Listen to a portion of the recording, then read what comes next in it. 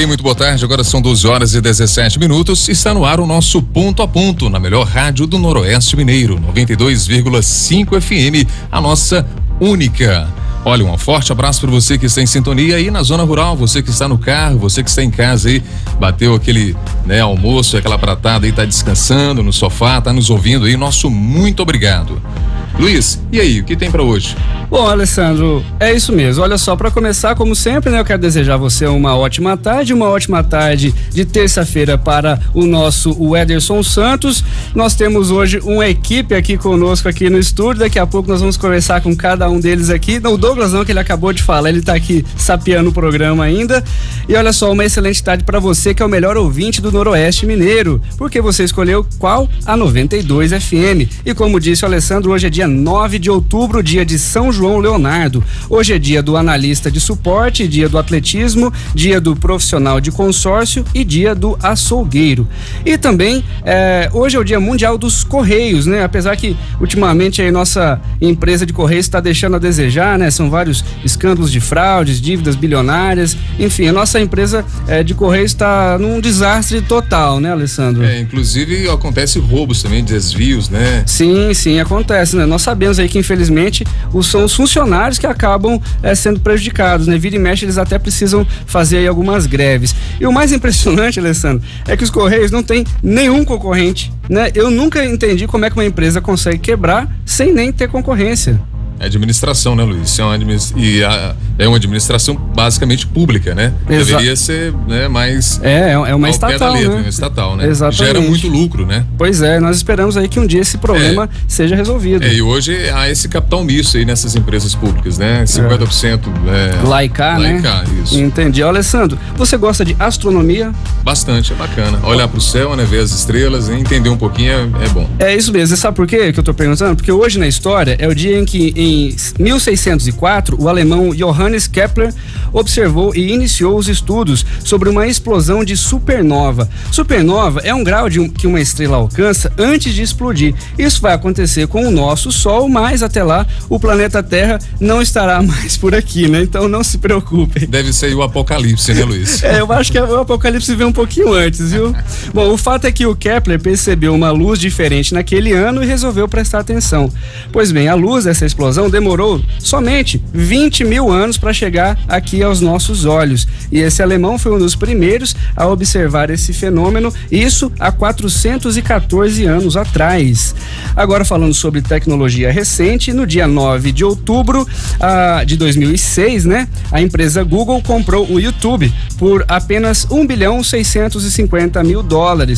E olha que isso foi uma mixaria, tá? Foi dinheiro de tomar cachaça. Porque hoje, sabe quanto é que o YouTube custa, Alessandro? Rapaz, deve valer muito dinheiro, né? Custa nada menos do que $40 bilhões, né? Então, você já imagina aí o tanto que foi bom para Google fazer essa aquisição, né? Imagina, isso é comunicação, né? Isso é mídia, né? Mídia social, muito forte. É isso mesmo. Bacana. Bom, agora são 12h21. O nosso convidado, né, está aqui, foi o Ragos de Oliveira, né? Vamos bater um papo com ele. O Ragos é uma pessoa que está atuante aí na política de Paracatu há muitos anos. Eu conheço o Ragos desde a época do Zemar, né? Que ele trabalhava ali na secretaria do Zemar e entrou na política de Paracatu, fazendo esse trabalho fantástico, aí um fenômeno, né? Podemos dizer. Já construiu o bairro, né? Ali do lado do Alto do Açude, já fez reformas em várias casas.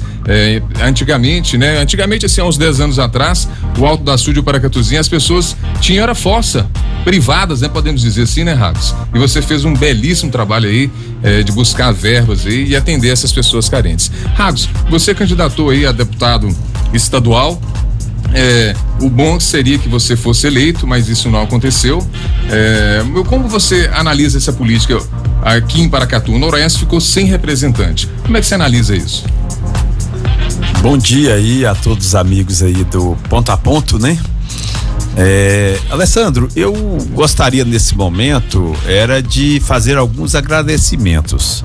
Eu queria agradecer aí toda a equipe que nos acompanhou aí na nossa campanha, né? Todos os amigos, todas as amigas, fizemos uma campanha diferenciada, visitei praticamente quase todas as ruas de Paracatu, conversando com as pessoas, explicando dessa importância que era aí eleger o nosso deputado estadual, né? Eu fui candidato de um grupo de vereadores da Câmara, né? Foi 10 vereadores que estavam nos ajudando, né? E nós acertamos o partido, fomos pro PRTB, partido pequeno. Esse partido elegeu o deputado com 21 mil votos. Conversei com o povo explicando que a única campanha que tinha reais chances de eleger o deputado seria a minha campanha, porque eu tinha acertado a coligação de PRTB e PV. E o que eu falei não foi mentira. Pode entrar aí no TRE, elegeu o deputado estadual com 21 mil votos. Agora, essa eleição aconteceu uma grande anomalia. Nós temos aí em Paracatu, em média, 64 mil eleitores. Votou apenas 32% dos eleitores. E eu tive 40% dos votos dos que foram votar. Se as pessoas não tivessem tido a abstenção tão alta, eu tinha saído eleito deputado de Paracatu. Mas, lamentavelmente, se você levar em conta que dos 34 mil a gente teve 10 mil, se tivesse votado 60, a gente teria aí na média de 20 mil votos e teríamos eleito deputado aqui em Paracatu. Olha só, Ragos, é interessante você falar através dessa perspectiva, porque eu ia até te perguntar se, na sua opinião, o problema teria sido talvez o número muito grande de candidatos, né? O Noroeste Mineiro acabou saindo, como a gente falou aqui, perdendo porque não elegeu um representante. Mas você acha que, na verdade, foram muitas tentativas de se representar o estado, o Noroeste? A minha avaliação é que nós vivemos uma vulgaridade na política, principalmente uma vulgaridade partidária, né? As vaidades pessoais, lamentavelmente, candidaturas sem nenhuma possibilidade de eleição. A gente tivemos aí a mazela do fundo eleitoral, que lançou candidatos, teve candidatos que se lançaram apenas para receber esse dinheiro do povo, para pegar metade desse dinheiro, guardar esse dinheiro, e muitos deles sequer soltou o santinho na rua. E isso, com todo esse arcabouço também de denuncismo na política, a desvalorização da política, inibiu aí e colaborou para que o povo não comparecesse nas urnas. Paracatu teve 7 candidatos a deputado estadual de Paracatu. Desses 7 aí, uns 3 sem nenhuma possibilidade de 3 a 4, mas saiu para poder medir vaidade pessoal. Ou seja, sem bandeira, né? Nós tentamos organizar na Câmara 10 vereadores, nós já entramos para a história com essa eleição. Eu fui o deputado mais votado do Noroeste inteiro, tá? Pode incluir em todas as cidades, eu fui o mais votado. Mas, lamentavelmente, nós não conseguimos chegar aí no resultado que nós esperávamos. Eu tinha até preparado uma pergunta com relação exatamente a isso que o senhor está falando agora, Raso, que é o seguinte: dentro dessa realidade de votos que você recebeu, ali na casa dos 10 mil, isso te surpreendeu de maneira positiva ou negativa?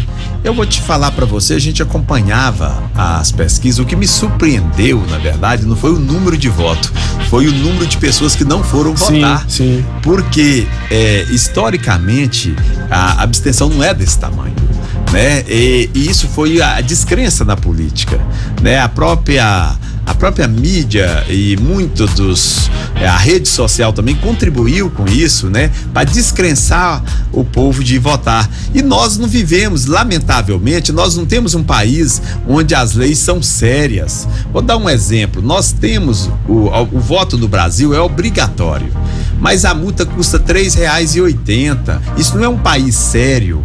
Então, libera o voto para ser facultativo ou coloca um salário mínimo para quem não for votar. Então, eu sou a favor de liberar o voto ser facultativo, vai quem quiser.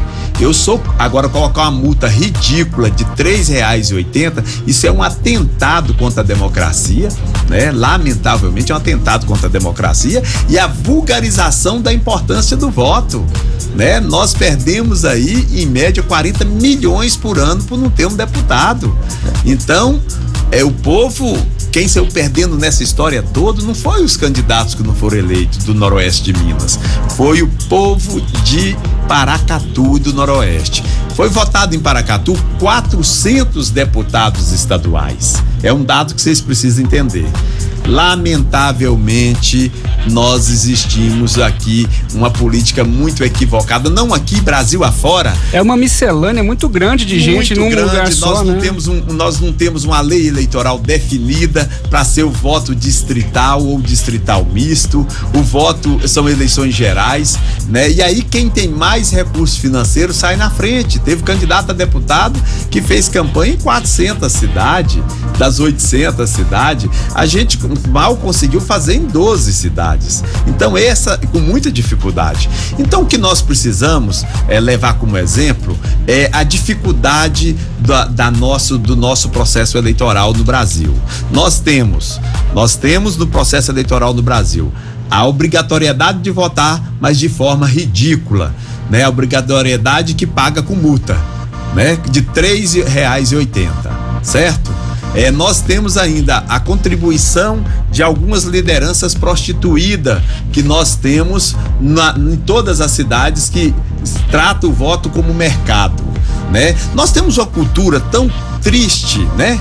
No Brasil, que esses dias minha filha, que tem 4 anos, chegou lá na minha casa, né? Papai, me compra um voto, que a professora falou para eu me comprar um voto para mim ser rainha da pipoca. Imagina que grau de consciência que nós formamos na cabeça das nossas crianças. A própria educação colocando na cabeça das crianças que o voto é uma mercadoria. Isso é muito triste. Agora, como presidente da Câmara, eu tomei algumas medidas. Qual foi a medida que eu tomei?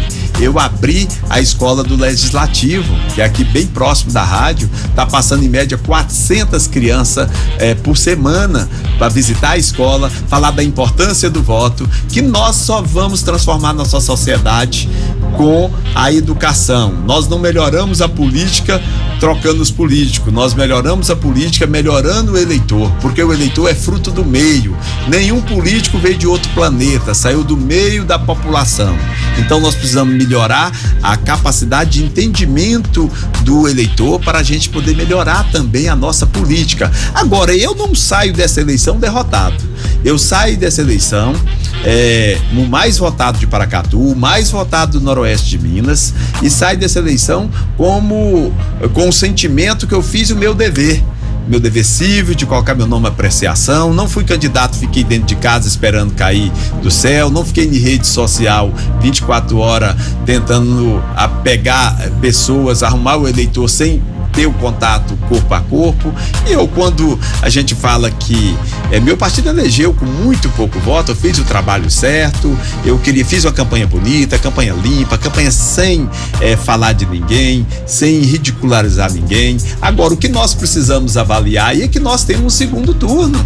Vamos ficar em casa de novo esperando que os outros decidam por nós, ou vamos eleger o nosso presidente da República para saber qual o rumo que nós vamos tomar no Brasil? Se você me perguntar hoje, eu gostaria de dizer que nós precisamos tirar um presidente da República eleito, mas não eleito com 50% dos votos, porque 50% não foi votar. Nós precisamos legitimar essa próxima eleição. O presidente da República que foi eleito tem que ser um presidente que foi eleito, pelo menos o povo votando nesse presidente, porque presidente sem ter voto, nós já temos um lá em Brasília que tem 1% de aprovação, e com isso não ganha credibilidade do mercado internacional, não ganha respeito internacional, os investidores saem do nosso país e nosso país afunda no desemprego e na mazela aí do desalento do povo. E eu chamo aí, convoco todos os eleitores que participe da eleição do segundo turno,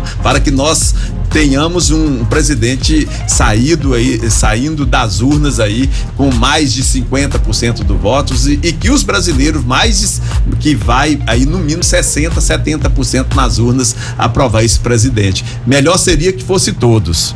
Ok, Rags, você pontuou algumas coisas aí que faltou para a população votar, né? Eleger aí um deputado estadual, mas assim, tirando dentro das suas conclusões, o que faltou para você ser eleito de verdade? Na verdade, lamentavelmente, faltou dinheiro. Porque o vereador é eleito com prestígio. O deputado é eleito com dinheiro. Nós vemos umas figuras aí que nunca ajudou a empurrar um carro para ninguém, que foram eleitos através do dinheiro, né? Nós faltou o dinheiro, mas eu não me sinto derrotado por não ter tido dinheiro para comprar consciência. Eu acho que consciência não pode ser comprada e nem vendida, mas lamentavelmente, olha aí, a nível de Brasil, a nível de Minas Gerais, teve um deputado aí que teve quase 500 mil votos, que ninguém nunca viu falar nesse moço, inclusive teve voto aqui em Paracatu. Então, lamentavelmente, a questão eleitoral no Brasil ainda ela pende muito por dinheiro, porque vou dar um exemplo, se o nosso modelo político fosse regional, quem era o deputado hoje era Ragos Oliveira. Se o Noroeste tivesse direito de 2 cadeiras lá na Assembleia, eu fui o mais votado do Noroeste, eu seria o deputado do Noroeste, indiferente com quanto de voto teria. Aí nós vivemos num processo eleitoral terrível, porque o Noroeste de Minas produz quase 17% da riqueza do nosso país, do nosso estado de Minas Gerais, e nós não temos um deputado para sentar na mesa para discutir o orçamento com eles. Nós produzimos 17% da riqueza e temos 1% do eleitor do estado de Minas Gerais. Então, eleger o deputado aqui no Noroeste de Minas, com esse modelo político implantado que hoje tem, é muito difícil, porque se fosse a eleição distrital, quem seria o deputado de Paracatu do Noroeste seria Ragos Oliveira, o mais votado do Noroeste. Mas como nossa eleições gerais, a questão financeira impera, e aí as regiões menos populosas, como o Noroeste de Minas, sempre vai continuar, se Deus não tocar no coração e na cabeça dos políticos hoje que foram eleitos de mudar esse sistema, o Noroeste vai continuar trabalhando e os outros ficando com dinheiro. Ou seja, chega aqui em Paracatu, né, dentro do Noroeste, os paraquedistas, né, com muito dinheiro, com uma grande equipe, acaba arrastando esses votos aí que são pulverizados entre eles. E o certo seria regionalizar mesmo o candidato por região. Ô Ragos, a gente está com um tempo aqui meio contado, né? A gente precisa encerrar essa parte da entrevista, mas antes eu queria agradecer a sua presença, fez questão de estar aqui ao vivo, com exclusividade aqui no Ponto a Ponto, pra gente aqui da Única FM. E antes da gente encerrar, eu queria também que o senhor dissesse quais são os planos do senhor daqui para frente. E aí, vai continuar o trabalho na Câmara, vai desenvolver algum outro projeto? Qual é o plano? Nós que somos homens públicos, nós nascemos com o sentimento também de servir, né? E eu queria deixar aqui nesse momento para todos os paracatuenses, Ragos vai continuar o mesmo Ragos, sendo presidente da Câmara ou não presidente da Câmara, sendo vereador ou não sendo vereador, eu carrego comigo o sentimento de cristão, de servir. Deus já me usou para poder servir muitas pessoas aqui na nossa cidade, e eu queria reafirmar esse compromisso com o povo de Paracatu, que eu vou continuar servindo ao nosso povo, que seja na política ou fora da política, mas como cristão que sou, quero que Deus continue aí, e tenho certeza vai continuar me dando força para tentar realizar sonho aí de muitas pessoas. Enquanto cristão, eu sou objeto de Deus aí, Deus tem me nomeado, né, me dado o dom de ajudar muita gente. Eleito ou não eleito, vereador ou não vereador, presidente da Câmara ou não presidente da Câmara, o trabalho continua em prol da nossa comunidade e dos nossos irmãos cristãos que estão nos ouvindo nesse momento, e também dos não cristãos. Tá certo, Ragos, mais uma vez, muito obrigado pela sua presença aqui. Nós deixamos sempre o microfone aberto para qualquer reivindicação da Câmara de Vereadores. Nesse momento a gente vai para um breve intervalo, né, Ederson? E rapidinho a gente volta já com algumas informações do dia da apuração, ok? Vamos lá?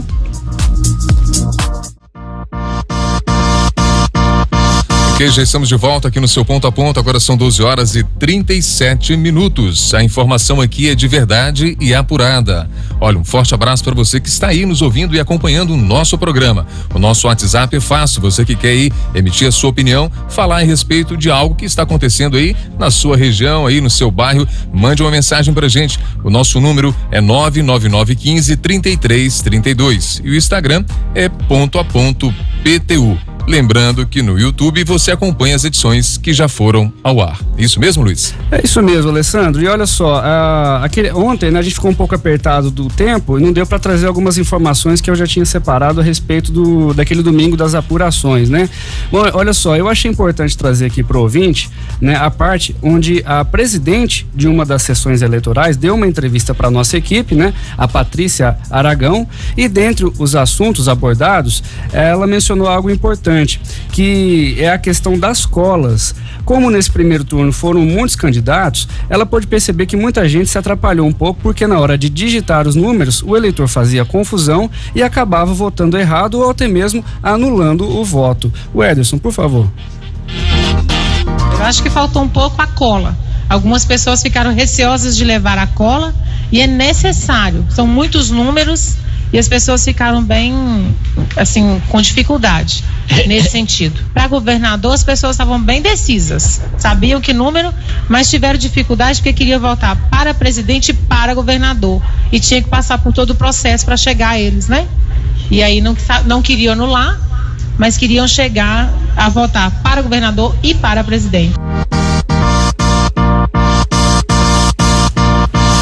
Então, eu trouxe essa fala da Patrícia só para lembrar o ouvinte que mesmo que agora no segundo turno sejam apenas 2 candidatos, né, não custa nada levar um papelzinho anotado para não chegar lá na hora e dar um branco ou até mesmo cometer aí algum erro. Esse foi um dos assuntos, né? O assunto seguinte foi tratado com o Dr. Paulo Campos, que é promotor de justiça aqui de Paracatu. E ele mencionou o comportamento dos meios de comunicação e acredita que não houve, até o que foi apurado, nenhum crime eleitoral através desses meios. Mas ele citou um problema que a gente já vinha falando desde a sexta-feira, que é a questão dos santinhos.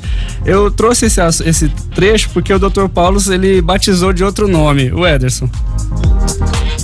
Durante as pré-eleições, né, o Ministério Público fez várias recomendações aos meios de comunicação de uma maneira geral e, pelo que eu notei, esses meios de comunicação se portaram de maneira muito coerente, né, com a legislação eleitoral. Agora, um ou outro menos avisado é usado por candidato e pode cometer crime, ser usado para alguma propaganda ilícita no dia das eleições. Isso a gente ainda não tem um balanço. Eu, particularmente, que rodei a maioria das sessões, eu mais o Dr. Rodrigo dividimos, vi as coisas de maneira muito ordeira, exceto aquele lixo que alguns candidatos, literalmente lixo, joga na porta das escolas. Mas, mais do que isso, não vi nada que pudesse ensejar crime, nada disso. A gente notou hoje que teve uma predominância de certo candidato nesse emporcalhamento das portas das escolas.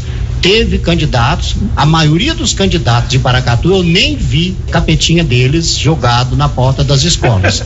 A gente nota que tem mudado muito a cultura também dos políticos, mas um ou outro ainda acaba excedendo, mas democracia é um processo em construção. Então a gente vai construindo uma democracia a cada dia mais sólida, né? Mas isso tem diminuído, assim, de maneira muito significativa.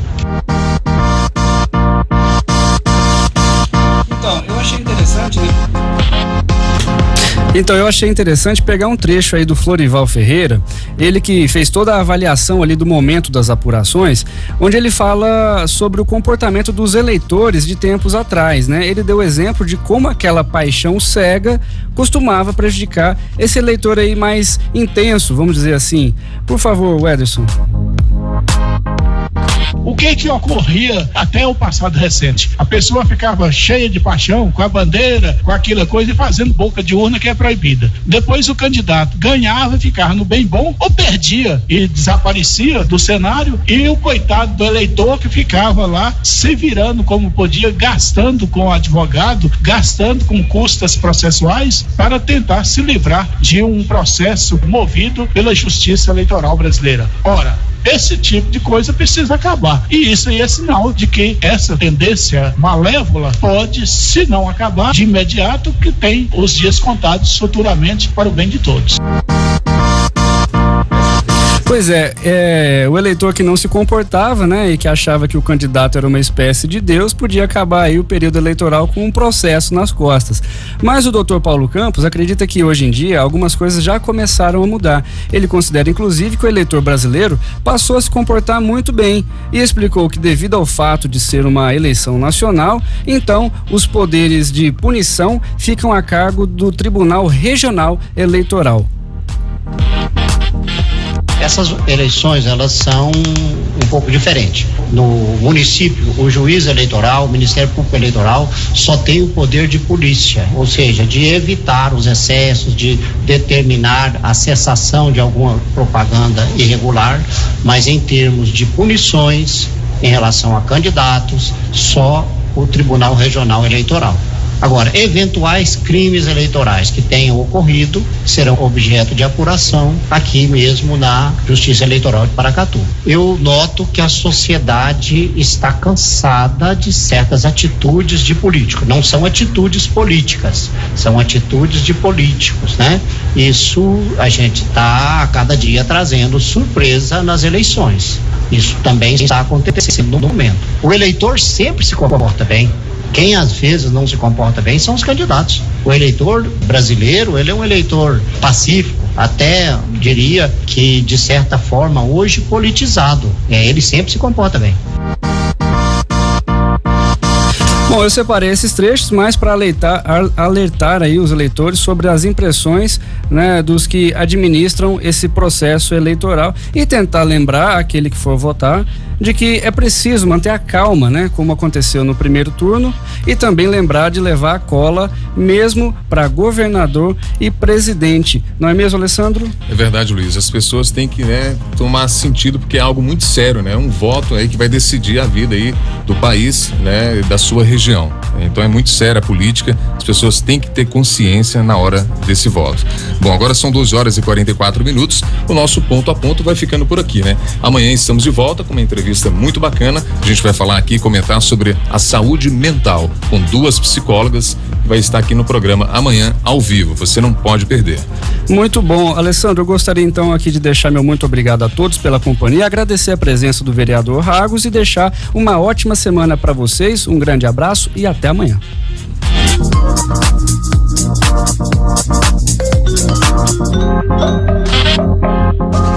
92 FM. Mais música e mais informação.